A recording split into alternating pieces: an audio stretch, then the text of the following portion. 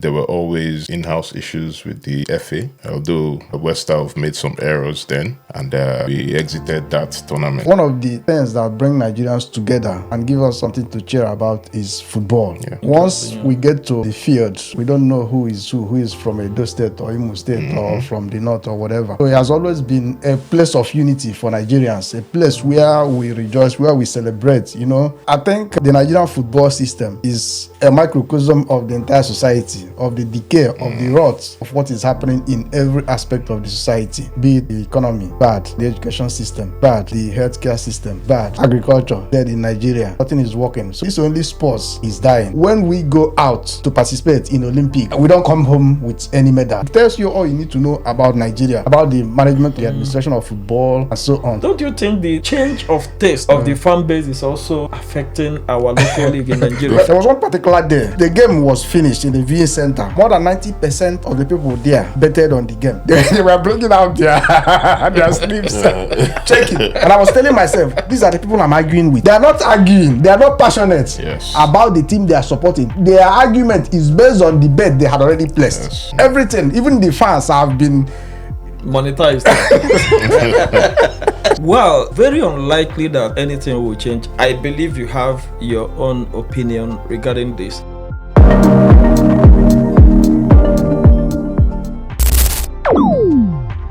Good evening and welcome once again to Glasscast podcast. It's interesting to know that you are engaging with us, and you would see for most of you that sent in your comments and your suggestions, we picked that up and we have responded to you. Please feel free to send us further comments, engage with us. We would always come back to address your questions, your comments, your suggestions, and every other insight that you provide to this community of analysts. You are part of the analysts we have in the house, even though you are not in the studio, but you are part of us. Remember again to encourage people around you to subscribe to our page, to follow us, to also share what we do with your friends and well-wishers. We want to welcome you on this episode of Glasscast podcast. And if I may, I will say Nigeria 1, Congo 1. That was where the score was when we were closing up our last week episode. But as of today, things have changed. So we want to talk about football today. And with us today is our able football enthusiast in the person of Muse. Muse will be giving us insight about how football, especially from the Nigerian perspective, not from the Congo perspective, but from the Nigerian perspective, of how you see football differently. And with me again is my regular anchor, the elder, the son of Glasscast. And you'll be delighted you have us with us today. It may interest our followers to know that I'm also a football enthusiast and a football analyst. I love football, I follow football, and I analyze football. So, as well as being a lawyer, I know well about football as well. I'm just finding that one out. So that's why I paired with you. So I think Muse will want to, say a bit of introduction so that we'll get to know him better. Yeah, it's lovely to meet everyone. It's nice to be here on Glasscast. I'm Nigerian, obviously, from Edo State. Imuzeze Adebo is the name. Well, just to make sure people are safe, I just shortened the name. The name has been shortened to Muse for a while. But more importantly, I've been a football fan for a very long time, and people will expect that you follow the trend of the Premiership, you have a Premiership team, but since I was a kid I followed 3 teams: Bendel Insurance Football Club of Benin, AC Milan during the Lentini time, Baresi, all the big names back in the day. George Weah. Seedorf, yeah. Even this was before George Weah's time. Oh, But I started following football around 1986. Then 1990, Italian League, it was only Serie A before Premiership became a thing. I digress a little. The third team, unfortunately for me, Super Eagles of Nigeria. I've been supporting them since the time when you'll be tuning your transistor radio to listen to Nigeria's away matches. I remember back in the day when Nigeria was playing with, I think it was Cameroon in the 1989 or 1990 World Cup qualifier. And then it was in Yaoundé, and we needed a draw. We lost that match 1-0. That time they would say, Samson Siasia, he chased the ball and he fell. This person, what's his name? Etimesin chased the ball and he fell. Then Nigeria was just missing us. Anyway, long and short, Nigeria lost that opportunity, but I followed Nigeria from when we picked up with Clemens Westhoff through the years when our football skyrocketed, went to USA 94.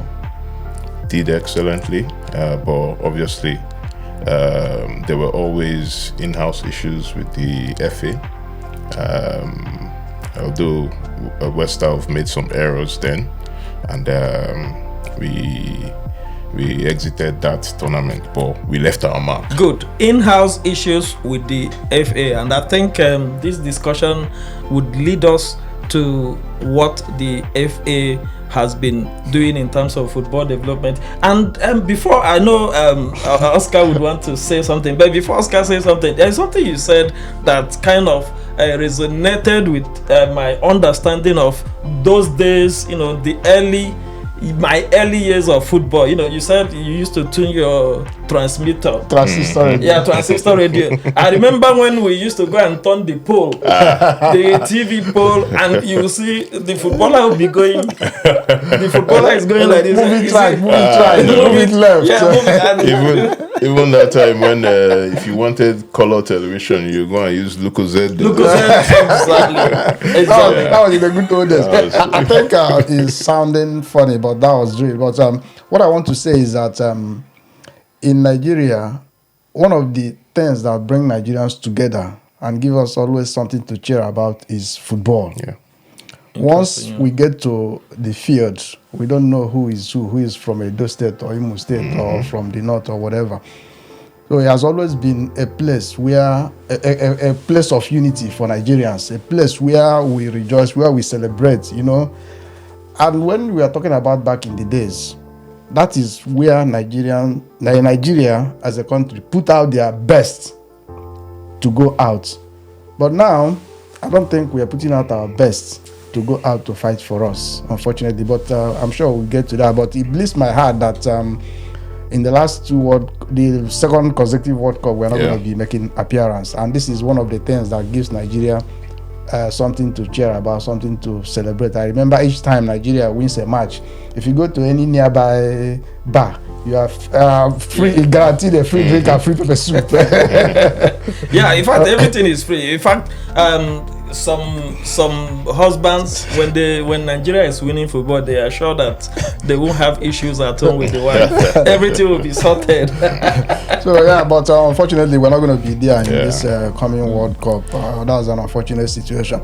And I think the Nigerian football system is a microcosm of the entire society, of the decay, of the rot of what is happening in every aspect of the society. Be it we talk about the economy, it's bad. Talk about the education system, it's bad. We talk about the healthcare system, it's bad. Agriculture is dead in Nigeria. Nothing is working. So this only sports is almost like it's dying. Not only football, sports in general. When we go out to participate in Olympic, We don't come home with any medal, even if it's bronze or imitation bronze. We don't come home with anything. So it tells you all you need to know about Nigeria, about the management of football, the administration of football, and so on. So And I think it's important we use this opportunity to look at the root causes. But before we go into that, I want us to, because Muse has been, following up on footballs, and I let us look at Nigeria went to the World Cup in 1994 for the first time. I remember the days of Peter Rufai, Rashidi Yekini, and all that. And I think since then, Nigeria, apart from this one that they missed out and the previous one, I think Nigeria has been consistent in the World Cup. Consistently, we've gone to the World Cup. When we start, I think 1994, 98, 2002. Then 2006 was the first time in a while that we had a break and we didn't go to the World Cup. Then immediately after that, picked up again 2010, 2014, 2018. And now, for the first time, 2 years in a row, Nigeria is not going to the World Cup. And you said something. What we are seeing here, and I know we'll get to that point, is a reflection of the Nigerian society. It's unfortunate that it's just taking a while for our football, or the state of our football, to mirror exactly what's going on in the country, what has been going on in the country for a while. And it's been marked by several issues. One, things have been consistently good for us in football for a while. When Nigeria, you constantly, I think you guys, both of you have mentioned that when things are going bad in Nigeria, it's always football that we look up to, or look forward to. Exactly. Brings that unity. But for a change, there's something different, and there are many reasons.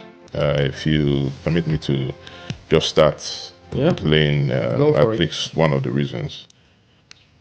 Things have changed in a while, in the way you also mentioned that our best, or something about our best being being put out on a regular basis. Now, you cannot really say whether this team is the best Nigeria have or not. Why I say that is, if they are actually the best, then potentially they could be doing better than this. Okay. Then secondly, why are the best people that we have not good enough, and how do you actually find the best that are better than the ones that we have? Because as a football follower, it's sort of easy for me to see and understand, the internet is there, which Nigerian players are doing very well across the board. And before the coach brings out his list, the fans already have the list out there, or their own preferred players. Yeah. And I will tell you that this particular list that came out for this last qualifiers was one of the most complete, where you have fans list pairing with the coaches list on the basis of current performance and current form of the players. Yeah. So that means that potentially we have our best out there, and this is what our best have to offer. I think, well, I may slightly disagree with you. I hope so, because we have the next point is coming, and you help me. The honest truth is that there is corruption everywhere in Nigeria, and football is not exempt from this corruption. Before now, I have a cousin. He plays football very, very well. And each time they throw the camp open, there's sometimes they say the camp is been thrown open. People come and so on. They screen them. He will get there and they'll ask him, "Who is your godfather? Who brought you?" And once you don't have a letter, you can imagine that level of corruption. Fantastic. Having to select somebody because somebody nominated him. Fantastic. Is that the best we can put out there? Good. So what you're saying now is the person does not have the opportunity to actually be in the shopping window, because one, they are not professional footballer, or they are not connected enough. Yes. But to be connected enough, you have to be playing for a team first off, whether it's in Nigeria or in Europe. So now let's discuss this matter. If we're talking about performance and corruption, I want to separate the corruption matter. Yeah, because come to think about it, the team that we played against on Sunday is Congo DR.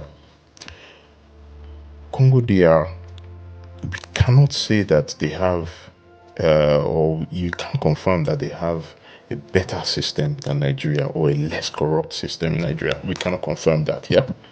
But this is Africa that we're talking about. Yes. Yeah? Yeah. You are making a great point there. Good. So the Nigerian FA has always been corrupt or they've always misperformed, misappropriated funds from inception. Do you agree? I do. Yeah. Okay.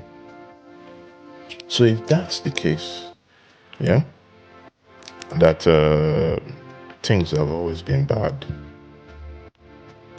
then where have we missed it that this team, because the first point I made was that we potentially had provided our best, yeah, but there's a problem with the best now. If we go back in time, that FA messed up 1994, yeah, but we got to World Cup, and maybe they put some things together or something like that. We got to quarterfinal. We got to the quarterfinal. No, second round of World Cup. Second round. Okay. The next one, Yeah. we went to the same second round. We had big players then. Okay, let's say big players, yeah. But 2002 was where there was an epic shift. These big players from 1994 to 2000, they had the qualifiers, and the qualifiers was very torrid around that time. They managed to get there. Then they now played the African Nations Cup, and I believe they lost in the semi-finals to Senegal. And this was the Nations Cup. You know how we have two Nations Cup every 2 years. Yeah. This was the Nations Cup that you have just before World Cup. The World Cup, yeah. Then that Nations Cup in January, we messed up. Or rather, it's not like they messed up, but yes, they were the strongest team. They didn't play the best football. But for some reason, because the likes of Olise and some other big players had issues with the FA, they disbanded the team, brought a different coach, Onibinde, that followed he was going to be a yes man for the FA, and he scrapped everybody. Only carried one, Okocha and Kanu. Then brought different people from, well, at least there was the Nigerian League to go to the World Cup. Well, Justice Christopher, some names that weren't common then, you know. But we played, and that was the first time that we didn't qualify from our group in the World Cup. If you remember, we lost to Argentina, lost to Sweden 2-1. That Taribo was crying and said, "This team is made up of junks." Then we drew with England 0-0. So after that particular one, that was the first issue where you see Nigerian football for no reason just capitulating in front of everybody. But lo and behold, all them Olise, they left, and that's how. But there was a supply chain. Let me come in here. You know, when you destroy a system, it might not manifest immediately. Yes. Because in my native language, they say, if you cut a tree now, the leaves will not dry immediately. We are getting there. So the corruption would start impacting in so many areas that you will not be able to put out your best out there. For instance, there is corruption and you cannot do proper grassroots development. At the end of the day, you produce people who are not qualitative enough or do not have the requisite quality to go and represent you in that kind of stage where every other country will put out their best. Congo might be as corrupt as Nigeria, but politically, but when it comes to football, they might put out their best. I can tell you that Nigeria is the only country that even plays politics and corruption when it comes to sports. I'll put it to you that right now, Nigeria, we don't know our best. And the reason it's self-inflicted. Good. And this is the point. I know it's taking a while, but I'll get to that. I'll get to that point. My point I was saying was that there was constant supply of players, regardless of whether there was politics then, and even then they were like you have to pay to get in. You know, it was continuous around that period. When Okocha retired, and we've always said till now there's no midfielder in Nigeria. We don't have a midfield. But Okocha left, but we had the under 17s, under 20s consistently supplying players. Yeah. Then we now had one other midfielder, John Obi Mikel, that took over the mantle from Okocha. Not an Okocha, but at least he's somebody that will go, he's not afraid of the ball, he's not going to hide from the ball. And he did well, obviously. He carried the Nigerian team in the midfield from 2006 to somewhere around 2018. And that's why we did not feel that effect of Nigerian midfield. And yet, around that period, the under 17s, under 20s, they were still supplying.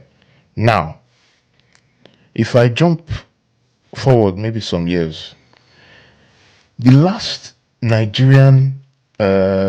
player from the Nigerian league that plays for the Super Eagles, that played for a consistent period, maybe you will say is Ahmed Musa. I saw for people we are okay, Ahmed Musa, yeah.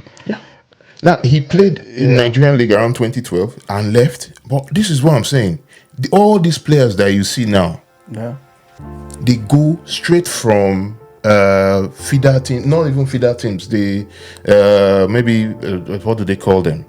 It's like people having clubs and they're basically just selling them abroad. So selling players abroad straight away, because this one's it's an economic thing. You're only trying to raise players to sell for their own well-being, because obviously they don't have any choice. That's what is going to bring money to them and their family. Then it brings money to the club. So they're not even waiting. All of our players now, the ones that are from Nigeria, they never played for the Nigerian club sides. So we'll be jumping back and forth though. But two things here. Do they know the identity of Nigerian football? Do they carry Nigeria with them when they're playing? If you've never played in a Nigerian league or played in front of Nigerian fans where you will lose and you'll be afraid for your life, you know, there's that is still happening in Nigerian league, where you can't lose at home. But these players, the ones that are from Nigeria, they've already gone since they were kids. They've traveled abroad, so they're not used to that Nigerian system. Then you want to now, we will even come back to the ones that are born here, that are representing us. So first, that's a problem. But why is there a problem? Why is that a problem? Because the supply chain is gone. We did not qualify for under 17 World Cup for the first time. There's how many teams now? 24 to 40 something. Very many, the most, just like this 48 team World Cup. And we couldn't make it. Can't make it. We didn't qualify for under 17. Didn't qualify for under 20. We didn't go anywhere. So that supply chain is gone. And why is the supply chain gone? It's a reflection of the Nigerian community and Nigerian society right now. Yeah, a reflection of the Nigerian system. And when you are talking about the supply chain here, and I was coming to this, but I think it came a bit earlier, so I think we should also address it.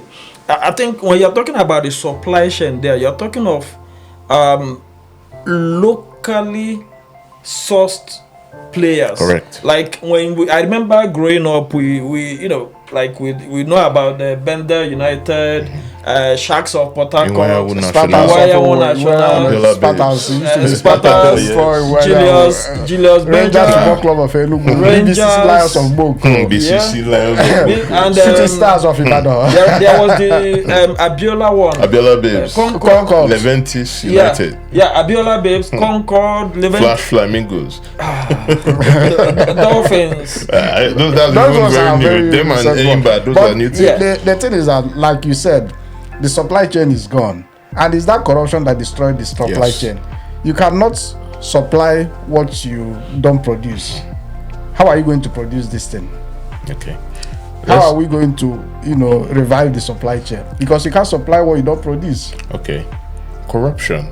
Before we even get to corruption, because I keep saying this thing, corruption has always been there. It's a reflection of who we are as Nigerians. Yes? So I'll add an additional one. The insecurity in Nigeria has never been this bad. Okay. Potentially, when we were younger, I was allowed to go out, play football on the streets, or go to maybe, let's say, 2 streets, 3 streets away, or go and play one section of one area in town. We play maybe Yeah, like a play Kema Road, another play one against community. another Yes, community yes, against yeah. community. Yeah. All those Yeah. play field, primary school, township stadium, and all that. But now, if I was born around this time, or I was a kid around this time, I'm not sure my parents would allow me to do that because of fear of kidnapping. Anyway, all kinds of insecurity. People used to travel. In fact, I don't even know how the football players currently will travel from one part of the country, maybe to the north, to go and play a football They have match. a heavily armed security. I would hope they do. Yeah, they do. Yeah. But guess what? Maybe a third tier team. And maybe that's the NPL team. Then Division 2, possibly they will have something like that. But third tier, fourth tier, then non-league, there's supposed to be those kind of tournaments. Yeah? How do they do it? Is it still happening? Can they risk it? It's a huge risk. When you are talking about this collapse of the supply chain, like we made mention of those clubs those days, they were owned by philanthropies, they were owned by rich individuals, rich companies, and because today when we are talking about corruption, and in Nigeria is difficult to separate corruption from the political system, from the government. They are like 5 and 6, right? And it looks more like, because those clubs have faced their way, the clubs today, like you hear about Enyimba and Rangers, you see, government seems to be their main funders in the state government. Do you think this has an implication? Yeah, but why would they have faced the way? Okay, first, there's the corruption aspect. There were tournaments, like I always used to hear when I would take complete sports, or even one use fund tournament. I don't know if anybody heard about. Yeah. This was something that was available then to raise players. There were let's say there used to be, just like you have this All Africa games, there was All Nigeria games, and there was the state games as well, where players come, then they were also university games like Nuga. Exactly. I don't know if those things stay. I don't know. take place When I was in Nigeria. secondary school, we used to play inter-secondary school match. Yes. From one local government. One local government wins the tournament, goes to the state to represent, the state, and they will have the best team in this at the state level, and from there, players emerge. So all those things have been destroyed, and we think that we destroyed those things, and in the next 10-15 years, we have a super Eagles that will fly and soar and go and win the World Cup and bring it back to us. So it's a self-inflicted injury, and it's an own goal in football terms. It's a destruction that we've brought to ourselves. The insecurity you mentioned, yes, it's a very huge issue. I can't see if I'm a parent living in Owerri, I can't have a son who plays for Iwanyan National and they say they have match with a club in Sokoto and I allow him to go. It's going to be very, very difficult. So all these things, they add up to what we are seeing and the destruction of that supply chain that you are talking about, which is not going to stop anytime soon. We are just crying so early because we missed this one. We probably may not qualify in the next. That's it. That's because this is the second time in a row. This is the second time it has happened, and there is no improvement. There is no sign that this is going to improve anytime soon. And keep in mind, the current players we have, some of them are playing outside the country, and in the next 4 years, they might not be, that super or competitive in their players or that skill, because in football, once you are 27, 28, is a career that has a very short span. I'm sure in the next 4 years, Oseme will not be as effective as he is now, or some other players that we have. So unfortunately, we are destroying the system, and the football administration in Nigeria is not helping in any form or shape. The last time I checked, the current NFF chairman is Ibrahim Musa Guzo or something. Yeah. Guess what? The man is an accountant. He retired as a director in accounting in Ministry of in Zafara Ministry, Civil Service. Sorry, and now he's the one heading our football. No good track record of achievement in football administration, sports, or management, or nothing like that. And this is the kind of person we want to build our football consistently. Yeah. Now, there is no private sector investment in football. When we look at the major leagues in this world, take for instance, I know you say you don't support Premier League clubs. No, all the clubs, all the clubs in English Premier League are owned by private individuals, even from outside England, and they are making investments, training them. If you see where they are criticizing Manchester United because of their training facilities are going down, is no more comparable to Manchester City facilities. It is a very huge thing, but we don't have such things in Nigeria. No, then talk of infrastructure. That plays also a very, very major role. that plays a very, very major role in any sports development, and the infrastructure is dead in Nigeria. Even those people who play on the streets, if you see them playing on the hard surface, rough places, I'll just be wondering. But I give you something surprised me. I went to the town center the other day. There's a place they have ice skating. Yes. You see kids as young as 5 years old. If you see what they are doing on the ice skating there, and they are training them, and these are the people we want to go and compete with in the next 4 years. In the next and that is and that's happening in football. That one is even the ice skating. If you carry like on a Tuesday night, Wednesday night, Thursday night, take your children anywhere where they have all this there, and there are so many scattered everywhere. Open pitches, yeah. Open pitches. You will see cars. You will see what's happening here. You see children age 6, they've played their own. The next age 10, every year category. Every category. They have the one of 2010, 2011. Filled all those to the brim. Filled to the brim. I'm coming to that infrastructure of a thing. Just take a mental picture here in the UK. Wherever you live, you cannot drive more than 5 minutes without seeing those open pitches. Yes. Standard. Yes. Where people train and play football. You cannot just check wherever you have lived in this country. I've lived in Aberdeen. I'm currently living in Glasgow. You cannot drive more than 5 minutes, except those who are living far away in countrysides. But for any place you are living, you can't drive more than 5 minutes without seeing those standard pitches where these kids start training with full equipment, as in full sports gear regalia as well, and even they can play at any time. At any time, no. There is no more. There is light. Now that winter is coming, they have indoor facilities. Same thing. All those sports centers. They will play indoor. They will play outdoor. Like that. The parents will wear their jacket and be waiting outside for them. And these are the people we want to compete with. Then coming to infrastructure again. I remember one of the matches I went to watch in Lagos. I said, you know what, I won't go to the stadium again to watch match in Nigeria. It was only one entrance to get into the stadium, National Stadium, Lagos.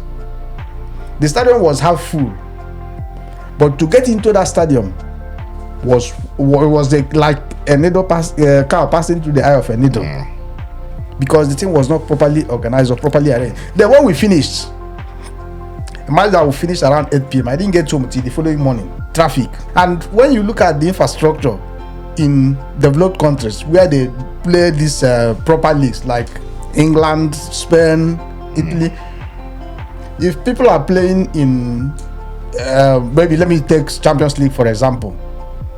A club in England wants to play a club in Scotland, Celtic. They can easily enter a train. Smooth transition. They do and finish and go home. The clubs, bus stops, train, even I'm not talking of flights, easy access to all those facilities that will make supporters be able to go and watch them and encourage people who are playing. Because when you are playing and nobody is supporting you, the owners will not make money, the players will not be enthusiastic to play. So these are the things lacking in Nigeria. To get to Owerri, to get to Lagos from Owerri, if a club in Owerri, maybe for sake of argument, Iwanya National is playing Julius Berger in Lagos, you probably take them 3 days because they don't have private jets. Yeah. The flights, all the flights, they will be cancelled and be delayed. Then if you go by road, you are risking being kidnapped or unknown gunmen ambushing you and things like that. So there are lots of things that have impacted our football, and we think that it's only Congo defeated us. Oh, why should Congo defeat us? But it's there's a deep-rooted problem. Yes. The supply chain that you mentioned, the corruption, the infrastructure, not start training our people early enough. A lot of our players, they come to Europe when they were almost 27, 28, and they play 3 years and they're all gone, and you'll be wondering, oh, why did this player not last? But here in this country, if you are 16 years old and you are not in any academy, just forget about football. Yeah, but I'll tell you that a lot of things, especially in relation to age cheating was an issue before. Yeah. But that has changed a lot now. The reason being, people see the benefit financially of your children getting into football, and which is why it's very unfortunate what's happening now in terms of the infrastructure and the security aspects in Nigeria. Because currently, see how many people over here, people are pushing their children to football.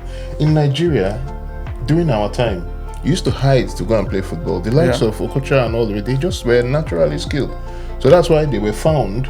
And the club side will now say, okay, come. Some players, they will be escaping from their house to go and play for a club side because they are that good, until everybody says this one should go and follow for them. They will now go and discuss with their parents as if they are going to discuss a change in sex or something. That you want to play football for. No, but that's how it was. But now people see that if this one person is good, that's where funds will come into the country, into the family from. But unfortunately, there's the resources, or rather the facilities are not available. The sports competitions that will find those people, they're not available. The security that will allow people to send in the north now. You want to say the people in Zamfara or KB it's football that's their problem now. Yeah. No. Imagine those young girls that were kidnapped. I think over 300 of them. If they have the aspiration to play in the Super Falcons of Nigeria, what would be their hope? Or even if they had family members that they're not going to be thinking about football now. Yeah. They're not, because now they are what they are thinking of is how to come home, and you could imagine the mental trauma that they must have passed through in the hands of the kidnappers. I think this is very very critical. And when you are talking about infrastructure, I could remember I think the last time I visited the National Stadium, because you mentioned the National Stadium, you need to, unless something has been done to the National Stadium. The last time I visited the National Stadium was around 2010, and you begin to think, is this actually a national stadium? The National Stadium. It has been in a state since we lost in 2002 to Cameroon. We've not used that stadium. It is entirely an abandoned property. So there is nothing happening there. And the Lagos state government that used to maybe kind of renovate it sometimes to do some activities they built another stadium, the Teslim Balogun Yeah, Stadium. because the national stadium is for federal Yeah. government. So once they completed I think it was under Fashola that Teslim Balogun Stadium was completed. And once it was completed, This other one was abandoned. yeah, it's But how many property. international matches have we played in Testing Balogun Stadium? But I'll tell you one thing, when we talk about infrastructure and all these other issues, I think the thing that has impacted Nigeria the most in the last, because when we say even in business, business is still booming in Nigeria, but one thing that's affecting business in Nigeria is security. You can't cross over. You know, you can't open chains across the country and be at peace that, okay, you go from here to there, you send something, even if it's by a truck, will go from Lagos to Kaduna, it will be there in 2 days. You can't justify that. So that security in Nigeria is one critical thing, because we've never had infrastructure like that. Okocha or any other person, even you, we used to play football on Third Road. I see. Let me differ with you a bit there. Yes, I agree to the extent that we don't used to have that infrastructure then, but now the competition is higher. Agree. People you are competing with Agree. is no more like the 90s or Agree. the 80s. Totally. Now everybody will have their eyes open now. If you are competing with somebody playing in Premier League, you know the kind of technology, the kind of infrastructure, Absolutely. the kind of analytics that they run here. When you watch those football, everything has statistics. The players have things. I am in machines total tracking agreement. them. This goal we are talking about may have moved some steps ahead of I us. agree with you, but the problem here is, what I'm trying to get at is that what we had, we no longer have it. Yeah. Before we now start advancing. So what we had, we no longer have it. And it is interesting and how this conversation is going. And I believe you that is watching this important episode, I know you have a comment or a suggestion to put through to us regarding this topic. Especially we have a lot of you as football fans. Remember to send us your position, what your comment is, what is your suggestion on the way forward, because we can't be talking about the problem without talking about the way forward. And I want to change the direction of this conversation to look at the fan, because if you look at the fan base in Nigeria, even though football is a uniting factor for Nigerians, but week in, week out, you see viewing centers, you see restaurants, hotels, you see a lot of fans on Saturdays and on Sundays or on Champions League days during the midweek out there supporting European football, celebrating Chelsea or Man U. They will buy a cow, decorate a cow and chant on the street and all that. Don't you think the change of taste of the fan base is also affecting our local league in Nigeria? Go first. Let me tell you something. My experience, I'm going to talk from practical experience. Okay. That fan base you are talking about, Yeah. there is something behind it. In 2016, when I was in Nigeria, I love the atmosphere. You know, when you watch football alone, you don't really enjoy it. So Sundays, when I finish what I'm doing, Champions League games, I go to those viewing centers to watch football, and I will be arguing passionately with them. Oh, there will be a penalty. I would have said, no, that's a penalty. Somebody said, no, that's not a penalty. Blah blah blah. They will argue. So I go and argue with them, try to analyze the thing objectively. Now something happened. There was one particular day. The game was finished in the viewing center. More than 90% of the people there betted on the game. They were bringing out their sleeves, checking, and I was shocked. Bet Niger. And I was telling myself, these are the people I'm arguing with. They are not arguing. They are not passionate about the team they are supporting. Their argument is based on the bet they had already placed. So Bet Niger. I'm telling you, since then I said, no matter what, if I go, I finish the watch, I will not open my mouth to argue or discuss or analyze So anything. that's where the passion is coming from. But so that's where that passion is coming from. Everything, even the fans have been Monetized. So let's go back again. Are we now talking about fans of football generally, or Nigerian fans? Well, because we've been talking about Because anybody that puts money on Super Eagles, that person, is not right. You can put money that they will lose. Beating money is not always that they will win. They can bet will against fail them. you. I was reading on social media. Actually, some Nigerians actually put money for Congo To win. It's not because they don't like Nigeria. It's because they want to make some money. Some money. So that's the thing. So now that's my experience. There are still passionate fans who support Nigeria. Like I said at the beginning, football is one of the things that give us something to cheer. Football, music, and entertainment, they are things that unite Nigeria, and I won't take that away. Even whenever Nigeria is playing, everything goes down in Nigeria. People want to support them. So I feel for the fans at this moment. Luckily for me, Scotland qualified, so I'm going to shift my. For the fans, Nigerian fans, we're in a very difficult position right now. I think you rightfully said before that the players are going to be much older when the opportunity to try to qualify for the next World Cup comes again. But if these same average players that we have, that are our top players, maybe Bar Okocha, Osimhen, and maybe luckily we found this new boy, Benjamin Frederick. Anyway, if we are able to, in fact, where will the players come from? And this is the supply chain that we're talking about. So potentially, unless something is done now, that we start to reap the benefit in 10 years' time, it is very unlikely that anything will change. Well, very unlikely that anything will change. I believe you have your own opinion regarding this. And because Elder here mentioned Scotland, I want us to look at it this way.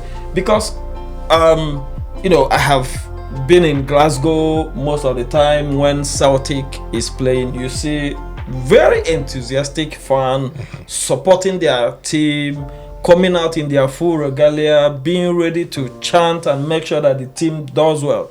I've been around Ibrox when Rangers Football Club plays, and these are world-class football clubs, and we have all these facilities for football to happen in Scotland, in Glasgow, young players, youth players, feeder teams, and all that. But even with all this infrastructure and facilities, Scotland has not made it to the World Cup for over 20-something years. Yeah, but they've made it now, have they not? Yeah, let me tell you what's Scotland is qualifying from Europe, and it's very, very competitive as the top team in their group. Yes, and it is very, very competitive to play qualifying in Europe. Keep in mind, Scotland is 4.8 million, less than population of Lagos State. But they have equal number of players. It's 11 players. It's 11 players, but then when you have a larger number of pool to select from, you are more likely to get the best of the best from it. So that's why the Nigerian case is a sad story. So if we keep it with the fans that he was talking about just now, the Scottish fan, when Scotland is playing Latvia, when Scotland is playing Denmark, they have the funds to go and support Scotland there. If you go, you will hear they call them the Barmy Army. You will see them in the stands, you will hear them shouting, you hear them whistling.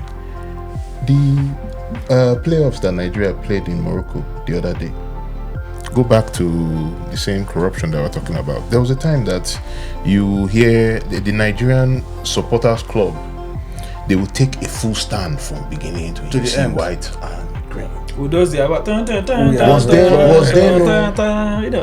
no corruption? Yes, there was corruption then, but people were still they knew the importance of the supporters club. But now the supporters club that we have are the NFF going to Morocco after the first match. They will go to clubs. They went to club and they were singing. I think about 20 of them. They were jamming Davido in a club the other day. The videos are there for everybody to see. Well, as long as they are not singing on your mandate. Yeah, but They are starting on the mandate of NFL. that's what we are talking about. The average Nigerian, some is people from abroad or people that are very wealthy in Nigeria that will go there. 1, 2, 3, you see trickle of fans. Nigeria there. Yet Congo looked like they were the home team in that game. Why? A giant of which Africa? You see, the thing is that everything is totally destroyed in Nigeria.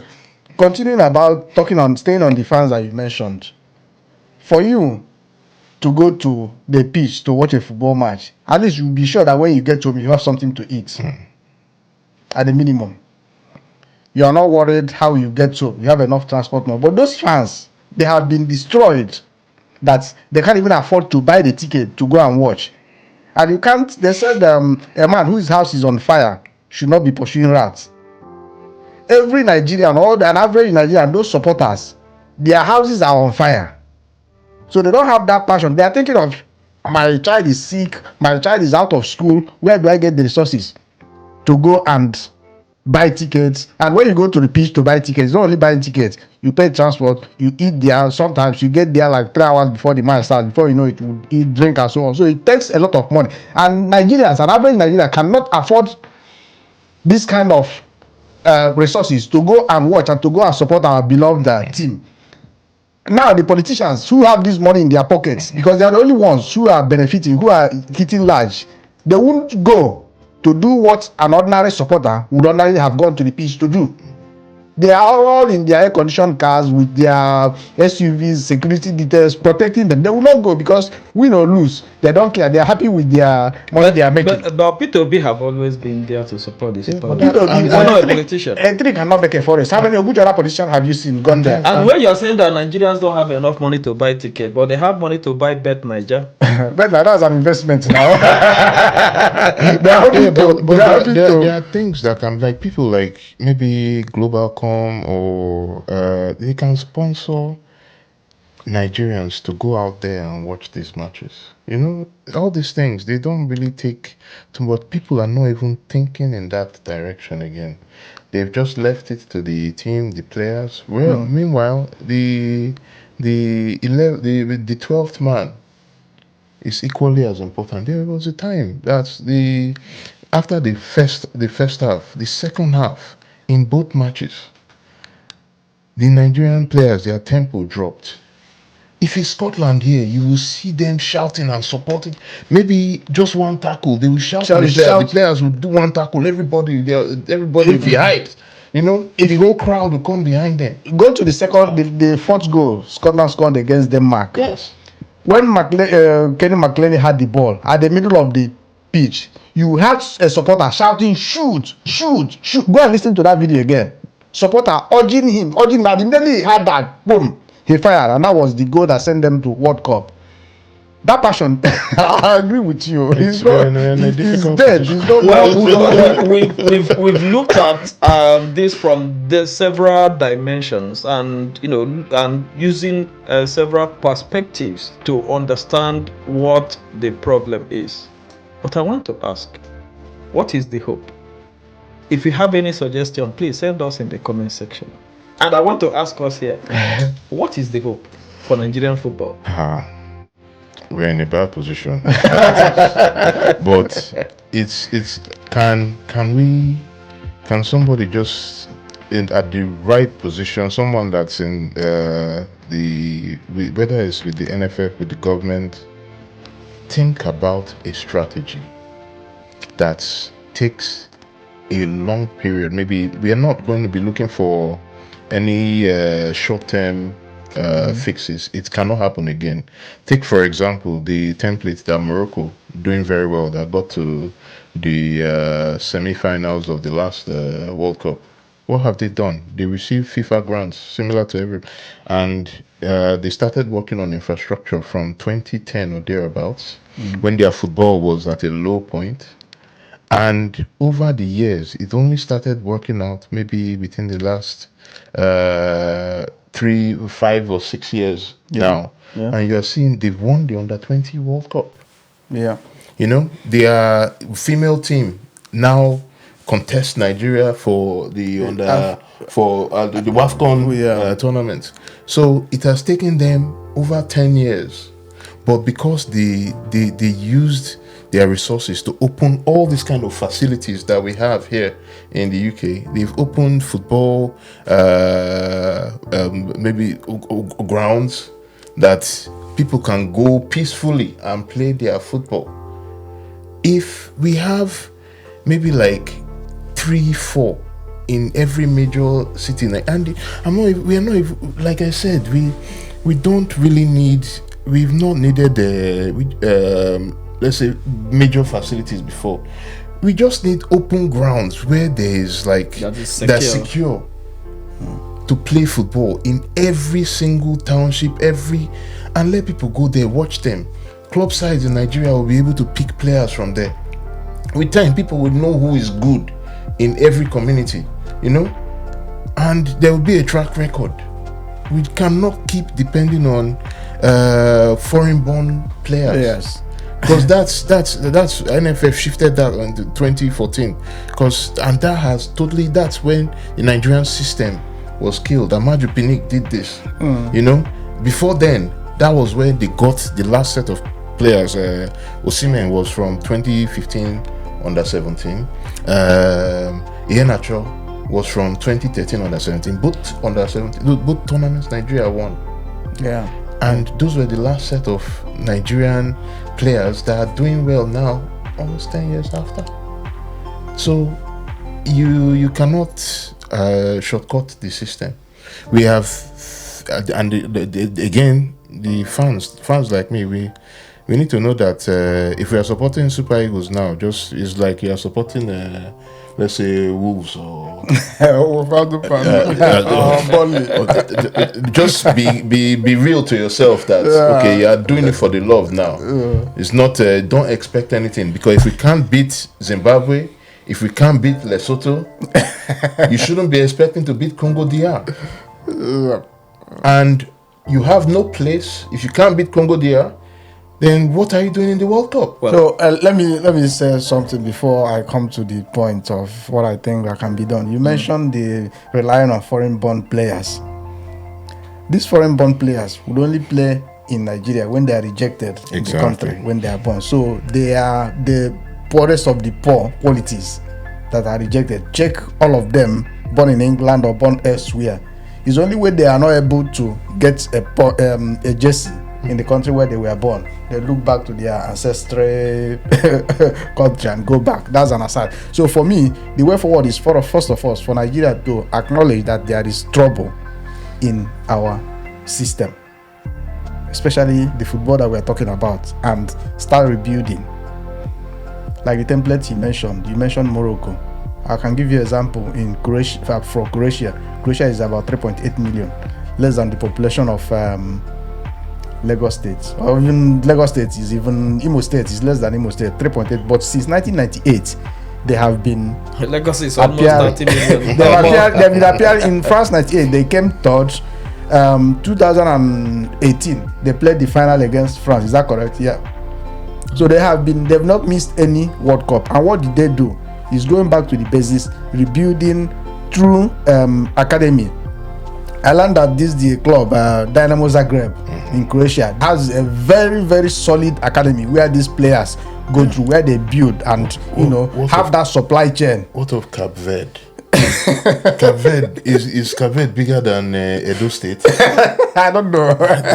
So yes, if let's say if Lagos had enough of this, these facilities, we'll be able to develop players, Half of Nigeria is already moving to Lagos in any case. Yeah, absolutely. Yeah. So it's for Nigeria to acknowledge that something is wrong and we have to rebuild, and we shouldn't rebuild in a hurry. We're always thinking that in the next 4 years, we are the giant of Africa. We'll put out players, get them one from Leicester City, get one from Fulham, get one from England, and arrange them and go and win the African Cup of Nations and qualify for the World Cup. It's not going to work that way. We have to rebuild and have have a long-term plan that will yield results at the end of the day. And maybe, I don't know if you agree with me, if that long-term plan would also apply in voodoo or doing jazz to win the football, because if you listen to the Nigerian coach this week, it was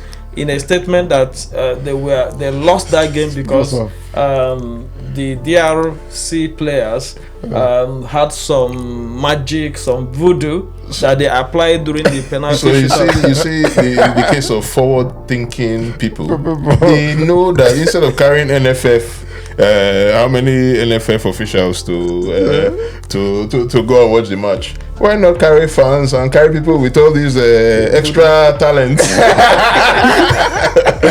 So now I can tell you, Nigeria, we have more churches than Congo DR, and we have more shrines than more Congo DR. We have more native doctors. We have more talented people than you are going to. Why did they carry them to the place and get us this qualification? Yeah, because when you are saying this, I remember listening to one of the Nigerian popular prophets, Odumeje, and he was saying, if you say you have power, even though he has a lot of power, so he can't pay for a ticket to go.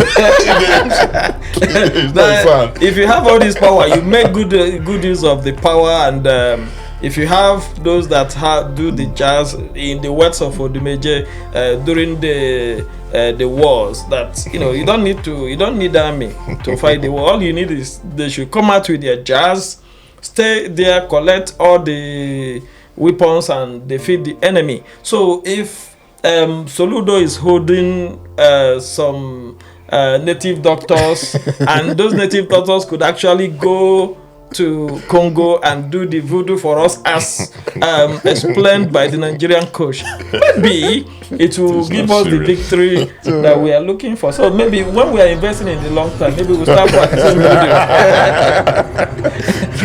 Well, gentlemen, it's been a very interesting conversation, and you would agree with me that it's been a learning process, especially for Muze, who took us back memory lane, remembering when we used to tune our transmitter and our electric pole to check the direction. It's only that one, even before the time of a computer game, table soccer.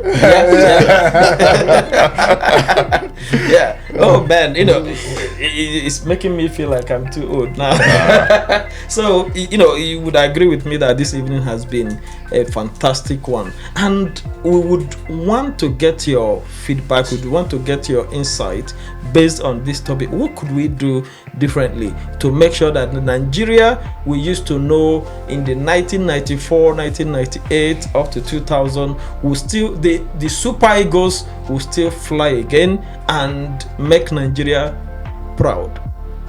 Thank you, gentlemen, for engaging. Thank you very much. Thank you for having me. For being with us. Thank you so much. And thank you, the elder, for. I always know you as a football fan. Thank you for being with us, and we'll see you in the next episode. Thank you so much. Thank you.